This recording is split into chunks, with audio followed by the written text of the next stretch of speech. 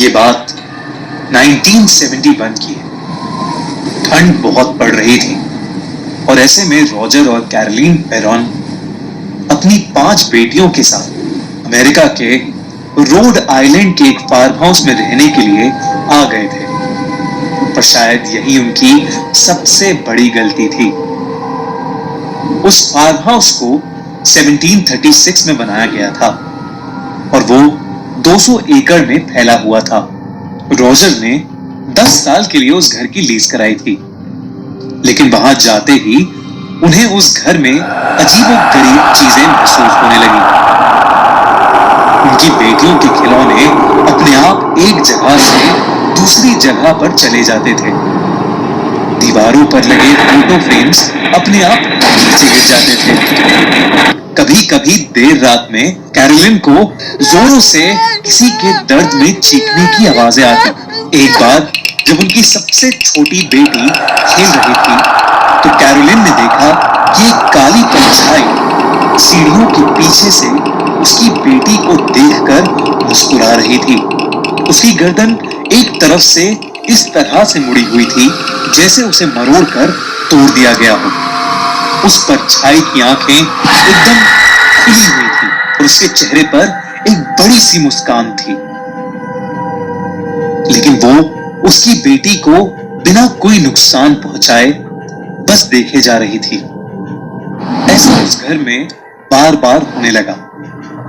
Caroline कई बार उसे अपने बच्चों के ठीक पीछे खड़ा पाती। एक रात कैरोलिन ने ये सारी बातें रॉजर को बताई। रॉजर ने उससे कहा कि वो भी इस घर के बारे में कुछ अजीब बातें नोटिस कर रहा है। कैरोलिन ने कहा कि उसे बच्चों के लिए बहुत फिक्र हो रही है। उन्होंने डिसाइड किया कि वो बच्चों को कुछ दिन के लिए घर से दूर भेज देंगे, लेकिन तभी उनका बेड जोर जोर से हिलने लगा। अचानक से उनका बेड हवा में तैरने लगा और फिर धम से नीचे गिर गया। वो लोग बहुत ज्यादा घबरा गए। ऐसी भयानक एनर्जी उन्होंने उस घर में पहली बार महसूस की थी। घबराहट के मारे वो दोनों रात भर सो नहीं पाए। इसके बाद तो न जाने कैरोलिन पर क्या कहर ढाया कि उसकी हालत बद से बदतर होती चली गई। उसे हर वक्त ऐसा लगने लगा जैसे कोई उसे सुई चुभा रहा हो। रोज रात उसके कानों में उस आत्मा की आवाज गूंजती थी जिससे उसकी नींद खुल जाती। कैरोलिन से उसके बच्चे मांगती थी और उसे घर से जाने के लिए कहती थी।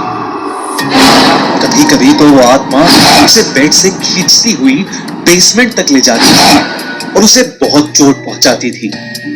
लेकिन कैरोलिन जब सुबह उठती तो उसे ज्यादा कुछ याद नहीं रहता था। कैरोलिन समय के साथ और अजीब होती चली गई। वो पेन से जब कुछ लिखने बैठती तो वो उस पेन को अपने ही हाथ में चुभोने लगती। जब वो खाना बना रही होती थी तो चाकू से अपना हाथ ही काट लेती थी। कैरोलिन को ऐसा लगा जैसे उसका गला किसी ने जोर से पकड़ लिया हो। उसने जैसे ही आंखें खोली उसने देखा कि उसके ऊपर भयानक दिखने वाली एक औरत बैठी है जो उसका गला दबा रही है।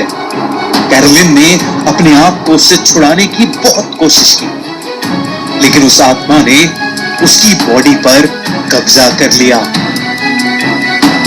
दिन ब दिन पेरोन फैमिली की मुश्किलें और बढ़ती जा रही थीं। जिस रात कैरोलिन ने उस भयानक आत्मा को देखा था, उस रात से ही कैरोलिन अपने ही बच्चों के साथ अजीब तरीके से बिहेव करने लगी थी। जब भी रॉजर काम से बाहर जाता, वो उन्हें घंटों तक उनके कमरे में कैद करके उन्हें घूरती रहती। वो उसकी बात नहीं सुनते थे तो वो उन पर जोर जोर से चिल्लाती। इतना ही नहीं, अगर वो रॉजर के पास भी जाते तो वो उन्हें पकड़कर बहुत मारती और चोट पहुंचाती। अब पेरोन फैमिली के सभी मेंबर्स को यह यकीन हो गया था कि वो घर हॉन्टेड है। अपनी मां की बिगड़ती हालत देख उसकी 5 बेटियां बहुत डरी हुई थीं। एक दिन रॉजर ने देखा कि उनकी छोटी बेटी दरवाजे से लगकर रो रही है। जब वो उसके पास गया तो उसे दिखा कि कैरोलिन ने उसे उसके बालों से खींच रखा है और वो उसके बालों को खा रही है। ये देखकर रॉजर के होश उड़ गए और वो तुरंत कैरोलिन को खींचता हुआ वहां से ले गया और उसे एक चेयर से बांध दिया। वो बहुत चीखी चिल्लाई, लेकिन रॉजर ने उसके हाथ नहीं खोले। कुछ देर में वो थक के बेहोश हो गई। जब उसकी आंख खुली तो कैरोलिन थोड़े होश में आई। उसने रॉजर से कहा कि एक आत्मा उसके शरीर पर कब्जा करने की कोशिश कर रही है।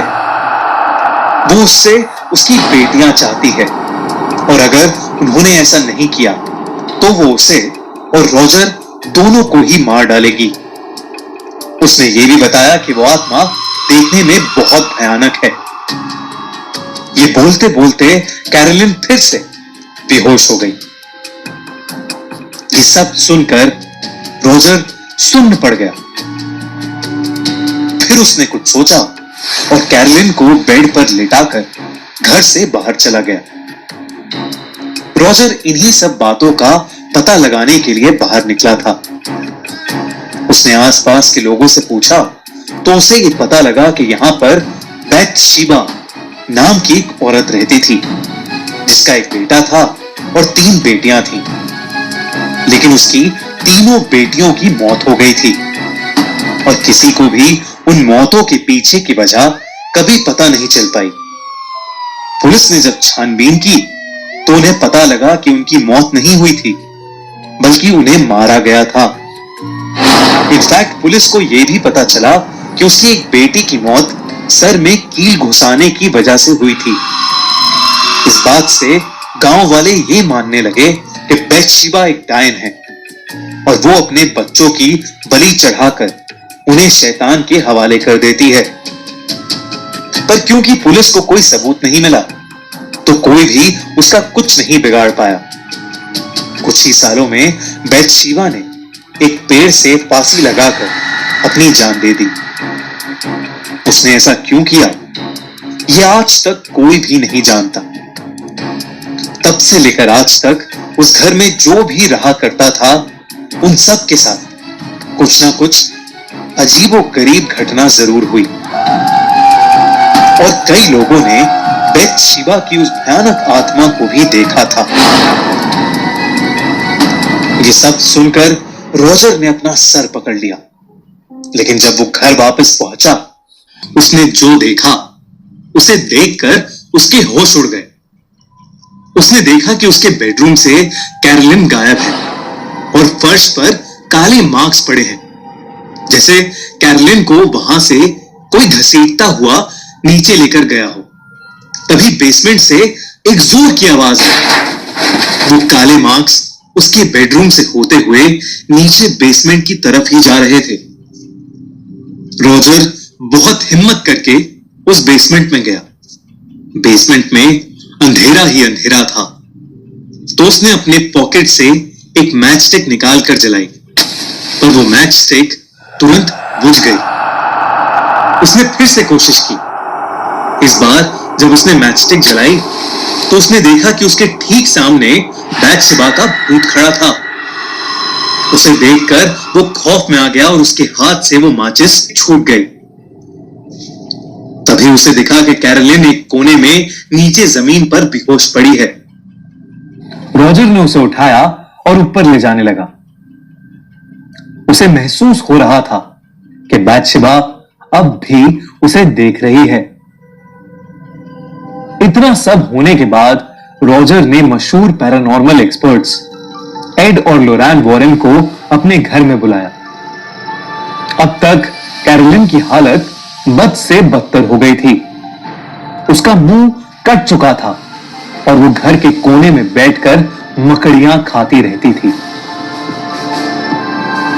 वॉरेन्स ने घर में घुसते ही महसूस कर लिया कि वहां पर कुछ तो बहुत अजीब है। वहां पहुंचते ही वॉरेन्स ने अपनी इन्वेस्टिगेशन शुरू कर दी। उन्होंने उस घर का एग्जॉर्सिज्म करने का डिसीजन लिया, लेकिन उसकी वजह से हालत और बिगड़ गई। बैथशेबा की आत्मा बहुत गुस्से में आ गई और उसने कैरोलिन के अलावा अब उसकी बेटियों को भी नुकसान पहुंचाना शुरू कर दिया। एक रात वॉरेन्स कैरोलिन को बेड से बांधकर घर का एग्जॉर्सिज्म कर रहे थे। जैसे ही वो कैरोलिन के बेडरूम में आए, कैरोलिन बेड से गायब थी, बल्कि वो उनके ठीक पीछे खड़ी थी। कैरोलिन हवा में उड़ रही थी, उसके सारे बाल खुले पड़े थे, उसकी आंखों के आई बॉल्स गायब थे और आंखें पूरी तरह से लाल हो चुकी थीं। उसके मुंह के जबड़े दोनों तरफ से खिंचे चले जा रहे थे, मानो उसके मुंह के दो हिस्से होने वाले हों। बैथशेबा ने पूरी तरह उस पर काबू कर लिया था। पूरा घर जोरों से हिलने लगा। वॉरेन्स ने कई मंत्र पढ़े और बहुत कोशिश की, लेकिन रॉजर ने कैरोलिन की बिगड़ती हालत देख उन्हें रोक दिया। कैरोलिन बेहोश होकर नीचे गिर पड़ी। समय के साथ रॉजर के सारे पैसे इसी में खर्च हो गए।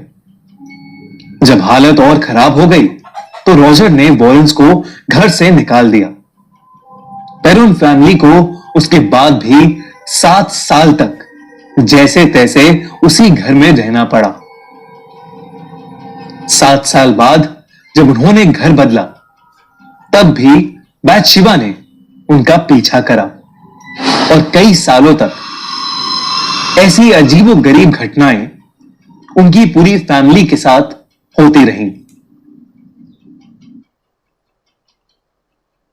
में रहना पड़ा।